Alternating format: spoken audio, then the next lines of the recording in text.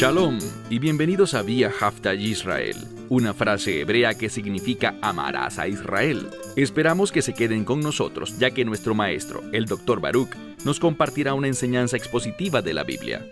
El Dr. Baruch es profesor titular del Instituto Sera Abraham, con sede en Israel. Aunque todos los cursos en el instituto se imparten en hebreo, el Dr. Baruch se complace en compartir esta enseñanza en inglés con doblaje al español.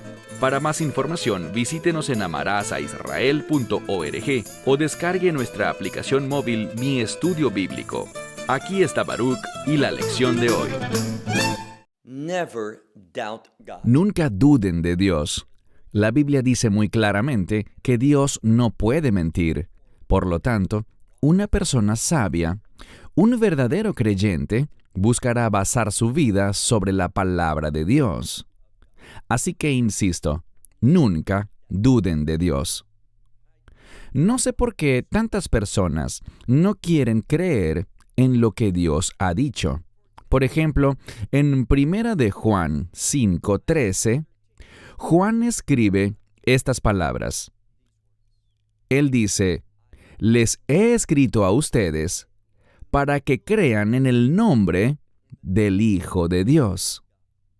Creer en el nombre, conocer su identidad, quién es el Mesías y lo que ha hecho, el ir a esa cruz, luego de lo cual fue resucitado de entre los muertos en victoria, para que tú puedas creer en el nombre del Hijo de Dios y para que creyendo puedas saber, oye bien, puedas saber que tienes vida eterna. ¿Sabes lo que nos dice ese texto? Que una persona puede saber que tiene vida eterna.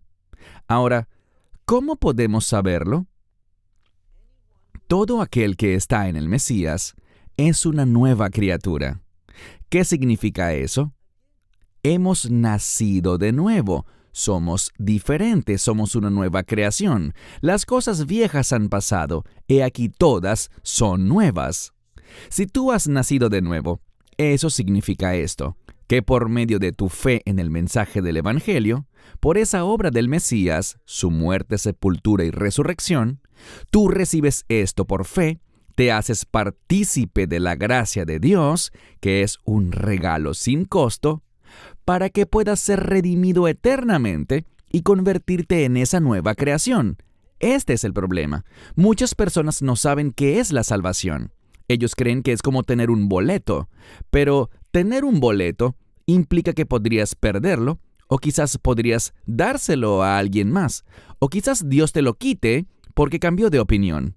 En ninguna parte de la Escritura, la salvación es descrita como si fuera un boleto o una entrada. Cuando uno es salvo, eso produce un cambio eterno en la persona. Ya esa persona no es más quien era antes, sino que se transforma en un nuevo ser. Es lo que dice la Escritura. Y por lo tanto, si naciste de nuevo, si eres una nueva creación, nada, nunca jamás podrá cambiar eso. Y tenemos esa seguridad. ¿Por qué? Porque la Escritura dice esto, que la buena obra que Él empezó en mí, cuando la inició, en el momento en el que creí. Dice que la buena obra que Él inició en mí, Él será fiel para completarla en el día del Mesías Yeshua. Todo esto me da seguridad. Yo sé que tengo vida eterna. Y por cierto, en ese pasaje de 1 de Juan 5:13 que dice, les escribo a ustedes para que crean en el nombre del Hijo de Dios y que creyendo, ustedes sepan que tienen vida eterna. Ese término sepan no es la palabra griega ginosko, sino la palabra oidá. Ambas significan saber, pero entiende algo. La palabra oidá siempre se presenta en una construcción gramatical específica que nos habla de algo que ocurrió en el pasado, que produjo una realidad, y esa realidad sigue siendo cierta en el presente, y seguirá siendo verdad en el futuro. Así que cuando dice en 1 de Juan 5:13, para que ustedes sepan que tienen vida eterna, ¿lo supiste cuándo? el día en el que fuiste salvo. Y lo sabes ahora, bien sea que pasaron 5, 10 o 50 años, no hay diferencia alguna. La misma realidad es verdad hoy y seguirá siendo verdad por siempre. Alabado sea Dios. Tú no tuviste nada que ver con ella, no te la ganaste, solo la recibiste por fe. Es un regalo sin costo. Yo estoy consciente que existen muchos pasajes que algunas personas refieren, por ejemplo, Hebreos capítulo 10, verso 26. Dice que si alguien voluntariamente peca, ¿qué significa eso? Si haces un buen estudio de esa palabra, significa que es alguien que elige el pecado. Elige pecar. Han llegado a reconocer la verdad, pero no la quieren. Ellos quieren el pecado. Allí no dice que han sido salvos, dice que voluntariamente han elegido pecar. Ellos reconocen el Evangelio, no significa que lo hayan creído, pero ellos eligieron el pecado. Y lo que dice es lo siguiente, que ya no queda sacrificio por el pecado. ¿Por qué? Ellos oyeron, muy bien, ya sé que el Evangelio es esto, pero eso no me convence, yo no quiero ese Evangelio, yo elijo el pecado voluntariamente.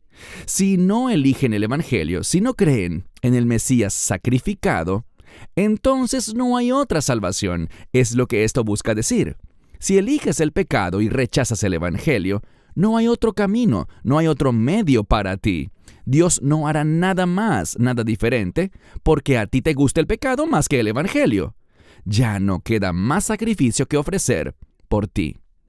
Eso está en presente, pero ¿puede la persona arrepentirse? Elegir y decir, ¿sabes qué? Yo rechacé el Evangelio en el pasado, pero hoy quiero recibirlo. Por supuesto que puede. ¿Por qué lo digo? Bien, también en el libro de Hebreos capítulo 6, tenemos otro pasaje muy importante. Allí dice, si alguien ha probado el don celestial, y utiliza una palabra muy importante, y si tal persona se aparta, ¿qué sucede? Es imposible que se renueve para ellos de nuevo la salvación. Pero fíjense en algo, la frase que se utiliza allí plantea una situación hipotética. ¿Por qué? Porque la salvación no se puede perder. Para quienes insisten en que sí se pierde, entiendan que lo que Hebreos 6 dice es lo siguiente. Si tú pudieras perder tu salvación, ¿qué es lo que nos salva? Pues la cruz, lo que hizo el Mesías, y aquí está el problema. Si el hecho de que Él cumpliese esa obra de salvación, la cual Dios aceptó al levantarlo de entre los muertos, esa resurrección es el testimonio de que Dios aceptó su obra, que fue perfecta, fue suficiente. Fue la obra de la redención. Entonces, si tú pudieras perderla, ¿qué pasa? ¿Deberíamos volver e intentarlo de nuevo? La Escritura dice, lee cuidadosamente Hebreos 6, eso expondría a Cristo a la vergüenza pública. Él fue a la cruz, murió y sufrió, pero no fue suficiente. Hazlo de nuevo. ¿Eso es lo que tú crees? No. Lo que dice Hebreos 6 es lo siguiente. Sí, y de nuevo, es algo hipotético. Si uno pudiera perder la salvación, eso significaría que uno estaría en una situación bajo la cual no podría ser salvo nunca jamás. Si el Evangelio te salva y tú lo pierdes, Él no volverá a la cruz. No hay nada más que hacer. Si su obra no fue suficiente para cumplir lo que prometió, para darte vida eterna, pues la perdiste. Entonces no queda ningún otro medio para que tú puedas volver a ser salvo. Yo no conozco ninguna escritura que diga que una persona pierde su salvación y luego se le hace imposible ser salva. ¿Por qué? Porque no se puede perder. Cada día para una persona que no es creyente puede ser el día de su salvación. Todo lo que necesitan hacer es decirle sí al Evangelio. Entonces la salvación no se pierde y vamos a ver una escritura que dice eso hoy mismo, cuando entiendas bien lo que Pedro ha escrito. Vayan conmigo a la segunda carta de Pedro, capítulo 2. Empezamos este capítulo hace algunas semanas y ¿recuerdan cómo empezó? Pedro hablando dijo, así como hubo falsos profetas en el pasado que plagaron a Israel, vendrán falsos maestros en los últimos días que van a estar dentro de la iglesia. Recuerden lo que dijo el Mesías en Mateo 24. Él dijo, vendrán hombres que vendrán en mi nombre y dirán que yo, es decir, Jesucristo, el Mesías, el Salvador. Entonces ellos dirán, venimos en el nombre de Cristo y afirmamos que Yeshua es el Mesías. Pero, ¿qué son? Son falsos maestros que operan en el engaño.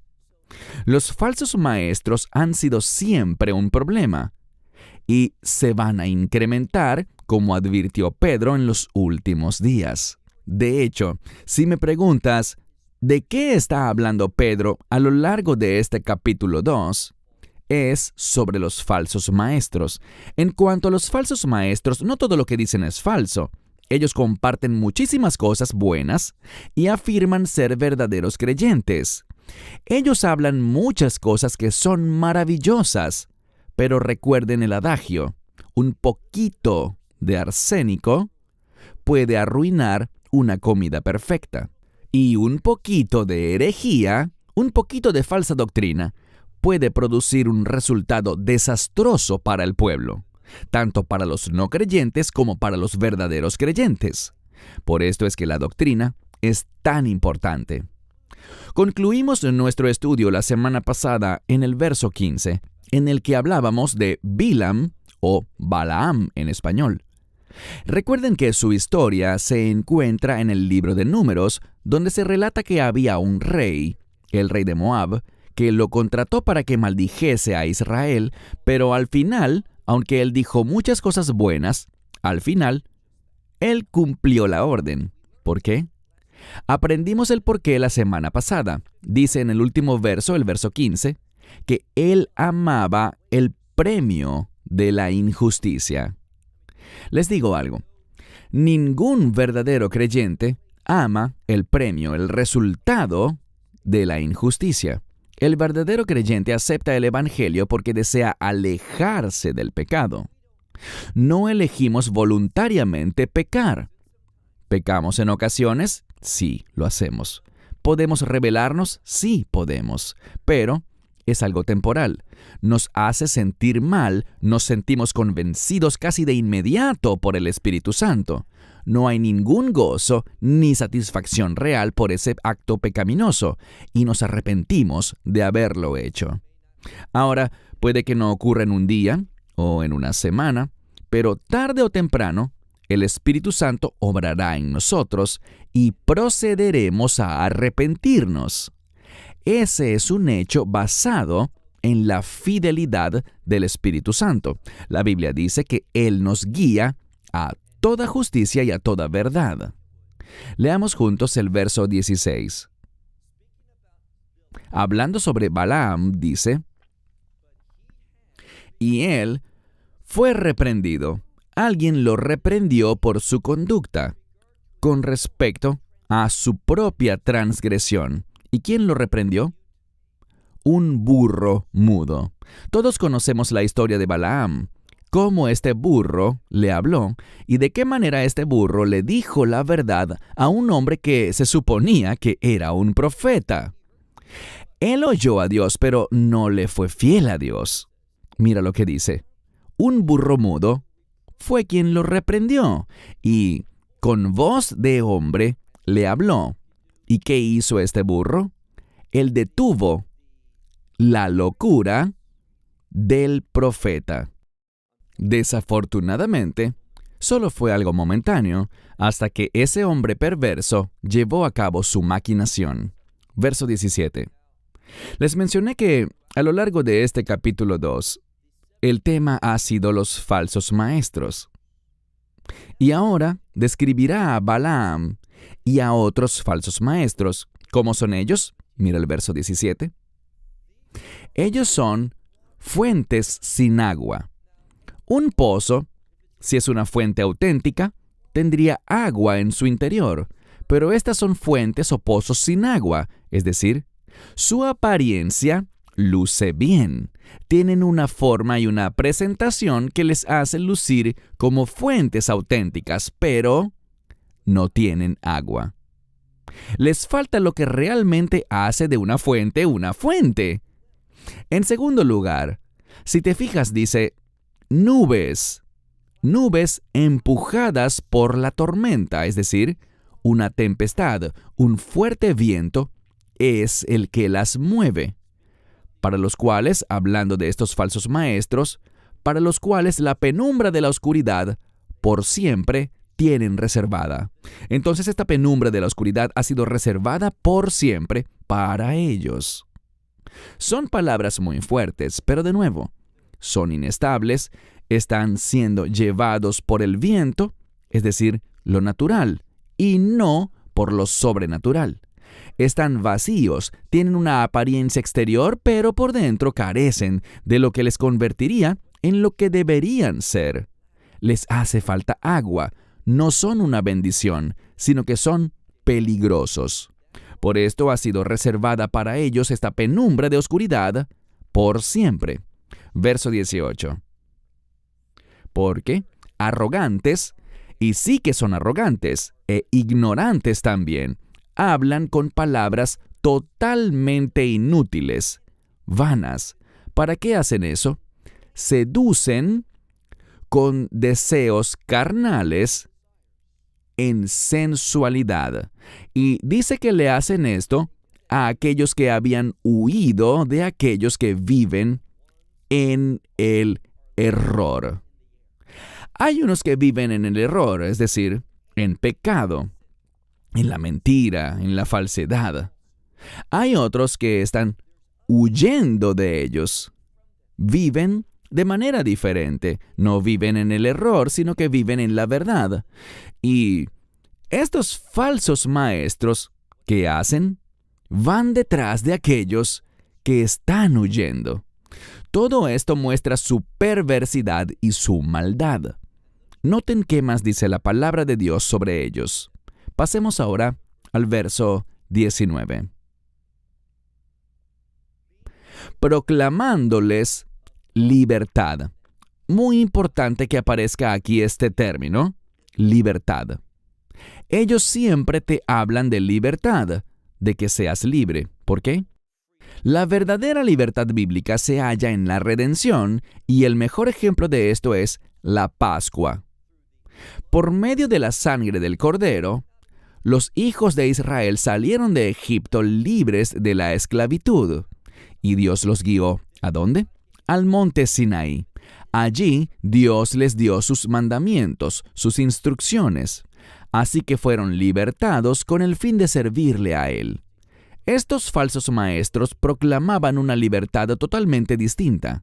Ellos buscaban seducir a la gente con sensualidad, y en los deseos de la carne, es lo que veíamos en el último verso, ellos les proclaman libertad a ellos, pero noten lo que dice. Ellos mismos son esclavos de corrupción, porque a quien uno se sujeta, de éste se hace esclavo.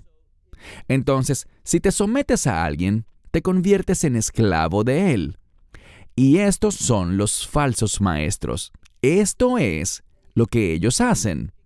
Mira de nuevo.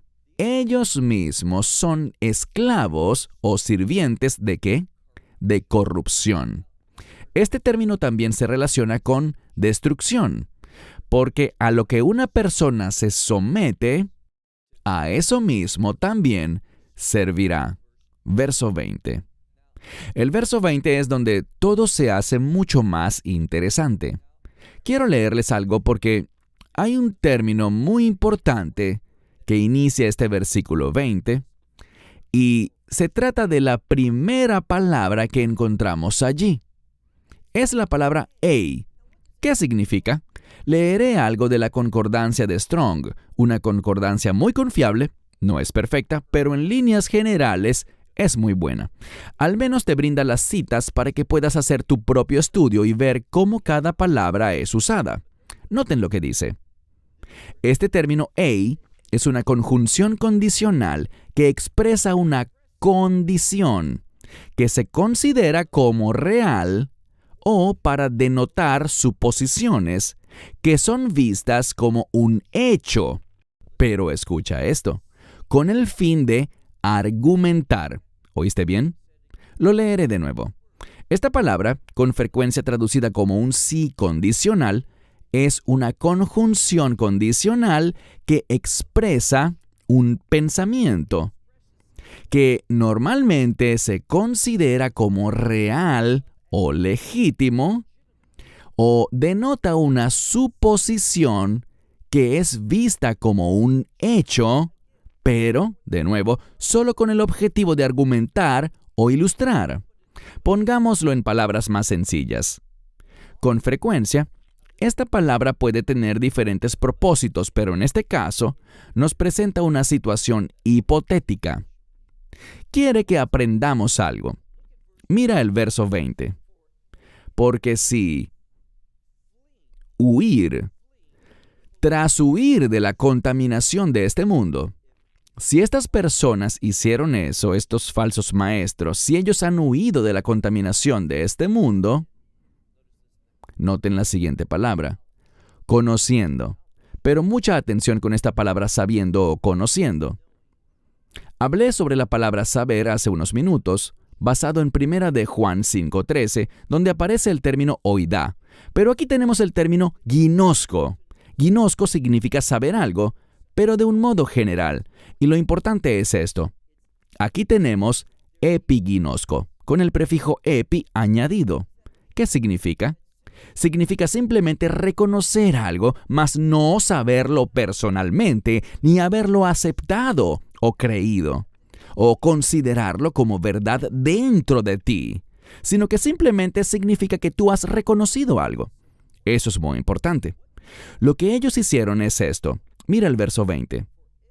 Porque si huyendo de la contaminación de este mundo, al reconocer al Señor y Salvador, el Mesías Yeshua, entonces es una situación hipotética. Si esto es lo que ellos han hecho, pero de nuevo, estas personas se enredan y se someten, tal como vimos antes, si se someten a la misma influencia pecaminosa, a los deseos de la carne. Si esto es lo que hacen, noten lo que dice. A ellos les espera un final peor que al principio. Entonces, está hablando de una situación, suponiendo algo con el fin de generar una ilustración. Muy importante que entendamos esto. Verso 21. Porque mejor para ellos hubiera sido no haber reconocido el camino de justicia que reconocerlo. Ellos reconocieron todo esto, lo han entendido, pero ¿qué hicieron? Se desviaron del santo mandamiento. Yo creo que esto se refiere al Evangelio. Se desviaron del santo mandamiento que se les había entregado. Ahora, muy importante que entendamos lo que dice aquí. Estos individuos han reconocido el camino de salvación. Lo conocen. Lo pueden incluso compartir con otros, pueden abrazarlo, pero solamente lo han reconocido. Lo que nos está diciendo aquí, esta parte que leí antes del verso 21, que hubiese sido mejor para ellos que no hubiesen reconocido el camino de justicia, que habiéndolo reconocido, se desvíen del santo mandamiento que les fue dado. Entonces, hubiese sido mejor. ¿Por qué? Porque sufrirán un castigo mayor. Aprendan algo. La Escritura dice que será más tolerable el castigo para Sodoma y Gomorra que para Betsaida, Corazín y Capernaum. ¿Por qué? Ellas fueron confrontadas con la verdad, a ellas les fue dada la verdad y la rechazaron. Sodoma y Gomorra no tuvieron esa misma revelación. No tuvieron al Mesías presente con ellos, predicándoles y enseñándoles. Por lo tanto, en el día del juicio, será más tolerable el castigo para Sodoma y Gomorra que para Betsaida, Corazín y Capernaum. Es lo que dice aquí.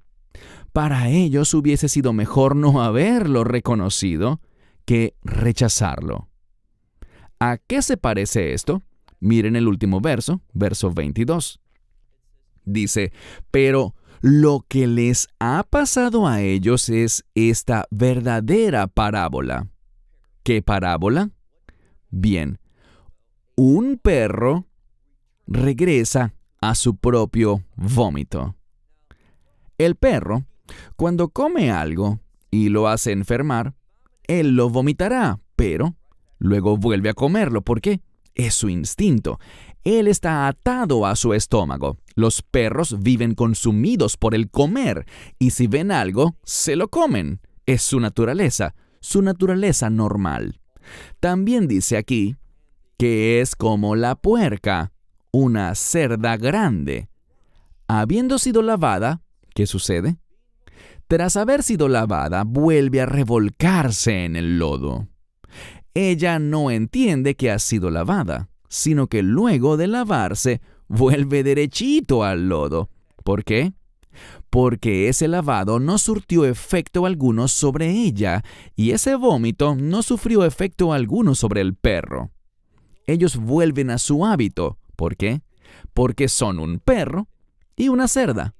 Lo que nos dice aquí es que un falso maestro puede ser confrontado con la verdad, puede reconocerlo, entenderlo, enseñar al respecto, pero al final volverá derecho al pecado.